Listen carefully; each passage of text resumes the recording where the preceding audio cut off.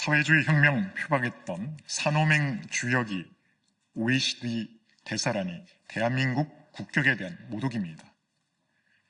이재명 정부의 인사 참사가 급기야 국제경제외교의 사령탑인 OECD까지 오염시켰습니다. 과거 사회주의 계급혁명을 표방한 남한사회주의 노동자연맹 산호맹 결성을 주도한 백태웅 교수를 신임 OECD 대사로 임명한 것은 대한민국 외교사의 유례없는 오점이자 국격에 대한 자해 행위입니다. OECD 주재대사는 단순한 외교관 자리가 아닙니다.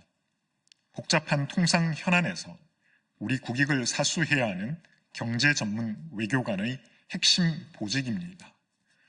그동안 이 자리에 경제부처의 베테랑 관료나 국제경제 전문가들이 기용되었던 이유도 바로 그 고도의 전문성 때문이었습니다. 그럼에도 경제정책 입안 경험이 없는 인물을 배치한 것은 이재명 정부가 국제경제 역학을 얼마나 가볍게 여기고 있는지를 적나라하게 보여줍니다.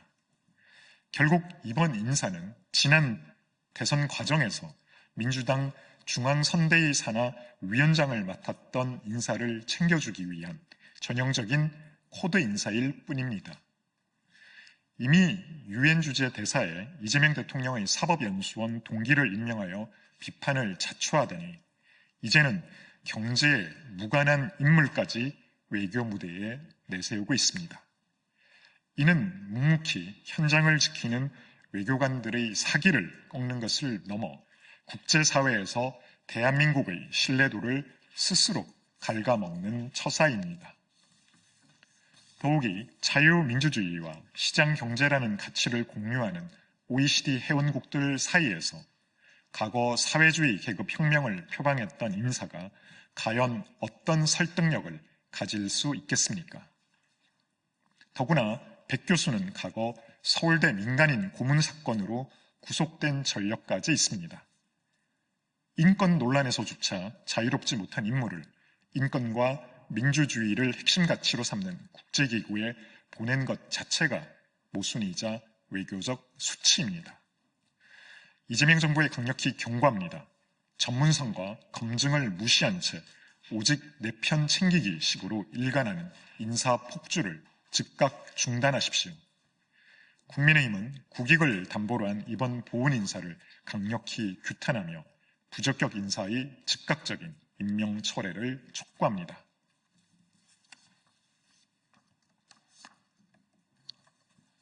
국민이 목도한 사법 장악의 현실, 법치주의에 울린 조종입니다. 사법 장악 3법이 이재명 대통령과 민주당의 방패이자 정적 제고용 칼날로 설계된 것이라는 사실이 단 하루 만에 증명됐습니다. 시행 첫날 이재명 대통령의 공직선거법 위반 사건을 유죄 취지로 파기환송했던 조희대 대법원장이 법 왜곡죄 1호 고발 대상이 되는 코미디 같은 상황이 벌어졌습니다. 민주당의 뜻과 배치되는 판결이 나왔다는 이유로 현직 대법원장을 형사 고발하는 행태는 사법부 독립을 정면으로 짓밟는 정치적 겁박입니다. 마음에 들지 않는 판결이 나오면 법 왜곡이라는 딱지를 붙여 판사를 수사선상에 올리면 된다는 법 왜곡죄 사용 설명서가 시행 첫날 공개된 셈입니다. 이제 판사들은 법전이 아니라 권력의 눈치를 먼저 살펴야 하는 처량한 신세입니다. 같은 날 사기대출 혐의로 대법원에서 유죄가 확정돼 의원직을 상실한 양문석 전 의원은 판결 직후 곧바로 재판소원 카드를 들이미는 파렴치한 모습을 보이고 있습니다. 양 전 의원은 아내와 공모해 대학생 딸 명의로 새마을금고에서 사업자 대출 11억 원을 받아 31억 원대 아파트를 구입한 사기 혐의로 1심, 2심 대법원 모두에서 징역형의 집행유예가 확정된 인물입니다. 그런데도 반성은커녕 기본권을 운운하며 재판 소원이라는 새로운 탈출구부터 찾고 있습니다. 민주당은 재판 소원을 기본권 보호의 마지막 보루라며 국민을 호도했지만 시행 첫날 드러난 현실은 범죄 정치인을 위한 또 하나의 방패이자 사법 탈출구였습니다. 대법원의 최종 판단 뒤에 헌법재판소라는 네 번째 통로가 열리면서 돈 있고 힘 있는 이들에게는 판결을 지연시키고 책임을 미루는 새로운 문이 열렸습니다. 대한민국 법치주의는 지금 사실상 사형 선고를 받은 것이나 다름없는 위기에 놓였습니다. 민주당과 이재명 정부는 지금이라도 사법 3법의 독소 조항을 즉각 폐기해야 합니다. 그렇지 않다면 2026년 3월 12일은 법앞의 평등이 무너진 날로 역사에 기록될 것입니다.